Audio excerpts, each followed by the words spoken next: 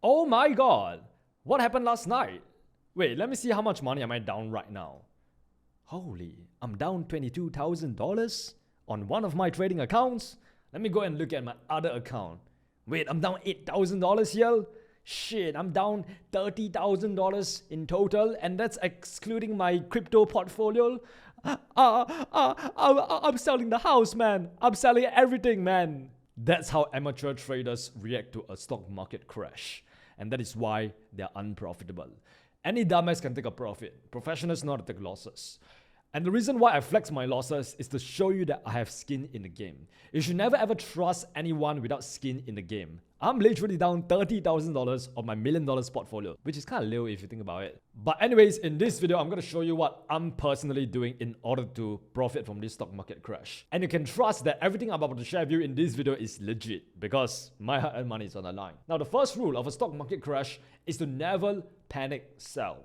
Even if you want to sell everything, you have to first understand why the stock market crashed in the first place. Then you can think about whether you should sell or not.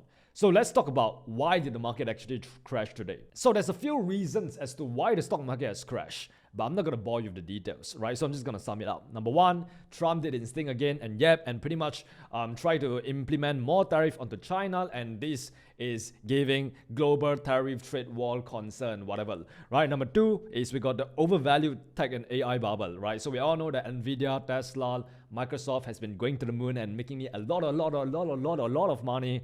But now the people think that it might be like a mania, and people think that it might all come crashing down, like what we have in the crypto bubble, like what we have in the gold rush back in the 1980s or whatever.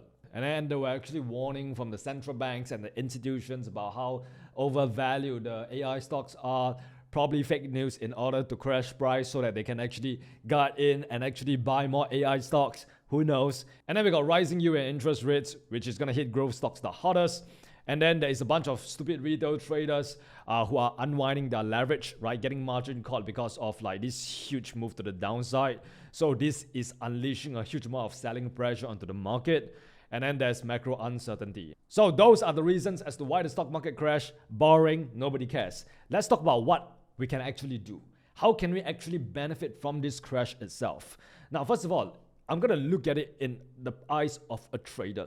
I'm going to analyze the chart and tell you exactly where I think price is going to go next. All right, so if I look at SPY right now, you see the last time we had this huge crash was obviously because of the Trump tariff thing again, right, which I've made a video on, where price came all the way down here. And if you buy, because I asked you to buy back then yeah, you are massively rich. All right, but if you didn't, it's okay because the next opportunity is right around the corner. So you can see, since that bottom that was being created back in around April, we've came up about 40%, right? Which means a massive pullback is due, right? Because whenever price goes up, just like this, bear in mind that gravity is going to do its job and it's eventually going to pull price down to a fair value, right, in order for price to continue going up again. So if I were to draw my premium and discount to from the swing low all the way up to my swing high, you can see that price is in the premium range, right? Like it's still quite high in the premium range, even though it has pulled back quite significantly over the past few days. And this also means that price is somewhat overbought. It is still expensive right now. So if institutions, they want to enter for more long positions, what they have to do is to wait for price to pull back further, right, into deeper areas of premium or even deeper areas of discount that we have down here before they start looking for longs, right, before we can see the next move to the upside. And if that's the case, if I look at what's happening over here and I want to map out every single demand zone that is near where price currently at, I can see there's one right here. This one led to a break of structural. And then there is one right here that is more near to where price currently is. And then obviously there is the most recent one, which is the one that price is currently at right now. So at this point of time, a few things can happen. Price can react from this nearest demand zone right here, sweep the liquidity that we have below this low, and just bounce all the way up and just continue breaking all-time highs. And we'll see whether that's the case when the New York Stock Exchange open in about 4 hours from now, right? The time that this video goes out. So if price sweep the liquidity below this low and go up, then yeah, it is what it is. Now, the next scenario is that price can continue crashing down. And if price is going to continue crashing down, guess what? It's going to come up to this next 635 area next. right? This is the next level where it will see whether you want to react from and go up or just going to come crashing down. And if price break that 635 level, then there's a very high chance that price is going to continue collapsing to this 620 level. And once price take out this 620 level, then I believe we are officially entering into areas of discount. No, not yet. There is still one more demand right here. This is the final demand zone, the final frontier before price officially come into the discount range where price is officially cheap, and anything that comes into here will potentially like just skyrocket in the next few years or so, right? So this is like the worst case scenario. Like the worst case scenario is that price can come all the way down here into these areas of discount, right? Maybe mitigate this 520 or even this $500 level. Is it likely? I don't know. I don't have a crystal ball. I can't predict where price is going to go. But like I said, you do not need to predict what's going to happen next in order to make money in this market. You can make money from price going down if you know how to short. If you can make money from price going up if you know how to long. If you know how to analyze the charts properly and develop like a proper bias. Now, how do I know price is going to shift bearish?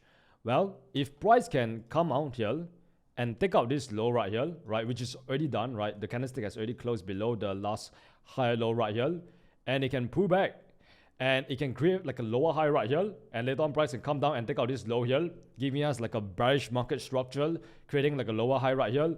This tells us that supply is still control of the market, institutional selling pressure is indeed present in the market, and we can potentially look to short it all the way down to this next point of interest, right, to this 640 level. Now, once you short it to this area right here, what can potentially happen is that you can potentially expect to get some form of tiny little reaction, tiny pullback here before price continue going down even further, and you can try to play this move to the downside if you are looking to short the market.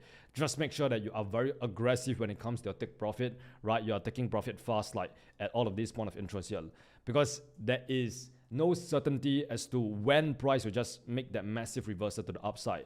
And the deeper price get into this discount area, right, like the more price pullback, the higher the chance that price is going to start reversing anytime right now. So if you are a trader and you are looking to play the pullback, you are looking to short the market all the way down, you want to be very aggressive with your profit targets, right? You want to target here, here, here. And then if you're an investor, you probably know the saying, time in the market always beats timing the market, right? So you're much better off looking for longs at any one of these point of interest that we have marked up right here, right? Just dollar cost averaging in 10% here, 10% here, 10% here, 10% here, right? And then eventually if price come all the way down here, then you can full pot your account, right? You can go all in, right? Because this is really like the last line of defense that price will hold, right? Almost certainly it will hold before price can just continue like going up and break its all-time high, right? So that's pretty much for SPY. Now, what I'm more interested to share with you is what NQ is doing, right? NQ is pretty much the NASDAQ futures, and it's pretty much like a leading indicator as to what price will do later on when the market opens, right? So if I'm looking at NQ right now, which I've made over 100K on, right, for the past few weeks, kind of proud of that because documented every single trade live on the channel. But anyways, yeah, what happened was that price came down due to the last week's selling pressure and actually took out this low right here. But the thing is it a valid break of structure that confirmed to us that price is shifting bearish, or is it just a liquidity sweep for price to continue going up even further? Well, it will depend on what the market does next. It will depend on the follow through. Everything comes from the follow through. And what I mean by the follow through is whether price is going to take out this low here or is it going to take out this high. Because right now, the New York stock market haven't opened yet and it's in the middle of nowhere. Right, we have seen a huge selling pressure right here. So we're almost certainly betting on the fact that price is going to continue bearish. But what you fail to take into account of is the fact that this could be a liquidity sweep, and there might be sufficient demand at this area to cause price to take out the high, and we can continue being bullish. All right, that is another scenario. And as traders, we want to make sure that we take into account every single possible scenario. Good traders think one step ahead. Professional traders think 5 steps ahead, right? We don't just think about the consequence of our actions. We think about the consequences of our actions, right? So we think in second order, third order sequences. So right now, if I'm looking at NQ and I want to bet that price is shifting bearish, I will only look for shorts after price take out this low here. Because if price takes out this low here, it pretty much gives me confirmation that price is indeed shifting bearish, which means that bearish market structure has been formed, which means that this market shift right here is indeed valid. And right now the structure has officially shifted bearish. And right now I can potentially wait for price to pull back to this last lower high right here and look to play the move to the downside all the way down to this $23,100 level, which is the next demand zone, right? Which is the next 4-hour swing low. All right, so this is pretty much the move if I'm shorting, right? Like I said, I will only short after price come down later on when the New York stock market open and take out this low right here. And then I will wait for price to pull back to like a fair value, or rather like a institutional supply zone, before I can even think about shorting it all the way down here, right? So yeah, this will be my take profit if I do short it all the way down here. Now that's pretty much the bearish scenario. But for the bullish scenario, what can happen is that, like I said, this could just be a liquidity sweep, right? This could just be a short-term low liquidity sweep for price to actually go up there and take out this all-time high, and then happy days, right? If that actually happens, then I can recoup all my floating losses. But like I said, it's all about understanding like which one is most likely going to happen next. And judging by the current price action, judging by the current momentum, there's a chance, right? There's a higher chance that price is going to continue bearish rather than continuing bullish. And the third scenario, which I haven't really discussed, is consolidation. Now, I must understand that the market direction is not just binary. It's not just, oh, price is going to go up or price is going to go down. There's still a chance that price can stuck in a choppy range, a choppy consolidation, not knowing where to go if there is a lot of uncertainty in the market. And if that's the case, then that is a game that I do not want to play. I absolutely abhor choppy sideways ranges, right? Because there is no odds in them, right? You're just gonna get trapped by this weird whipsaw where price is gonna trigger a stop loss and move in a way, and then you want to enter for a sell right here, but then price starts bursting right above the supply zone and then later on come down, right? So there's a lot of like liquidity, a lot of market manipulation. So if it's a sideways market, a very choppy range just like this, you're much better off just staying out of the market if that actually happens. So remember, if you want to short, always wait for a follow through, right? Wait for price to actually take out this low right here to confirm to you that price is indeed shifting bearish, and then be aggressive with the targets, right? Target like this next low right here, which is the $23,000 level. And if you want to look for longs, which I wouldn't recommend you to do so, because if you enter for longs right here, it's essentially like trying to catch a falling knife, right? Because you are going against the internal order flow, right? Which is heavily bearish at the moment, right? So if you do want to enter for longs, you want to wait for further confirmation. And the further confirmation could come in the form of signs that this internal structure is like shifting bullish, which I don't see it right now whatsoever. Okay, but bear in mind, like I said, this could also be like a liquidity sweep where price can just like come all the way up here and just take out this high, and then it can be like a very sharp V-shaped move. But like I said, think about it in a probabilistic manner, right? Like I said, the market is not binary. It's not yes or no. It's how bullish is the market? How bearish is the market? Because right now it looks more bearish to me than it looked bullish, right? So I wouldn't like rush to enter for longs at this price point yet, unless I'm an investor looking the dollar cost average in.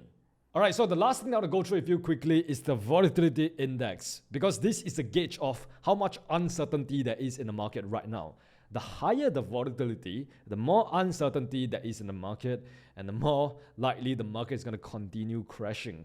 And if you look at the volatility index, what do we have? We got this gigantic bullish candle right here, which is a bad sign, right? Which also means that the market is starting to get a little bit more volatile.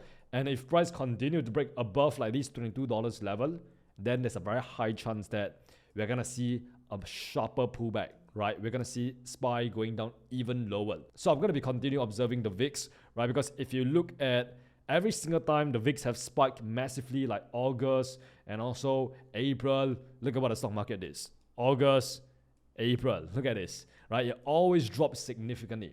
So like I said, this is a pretty decent indicator to tell us what the market participants are doing right now. How are they feeling right now? What is the market sentiment? Whether people are fearful, whether people are euphoric, right? But judged by the current VIX index, the price currently, yeah, man, it's not looking good, bruv. And here's my honest take about everything. This isn't time to panic sell or to buy the dip blindly. I freaking hate the buy the dip, because every single time I buy the dip, the market drop down even further. And then I buy the next dip, the market drop down even further.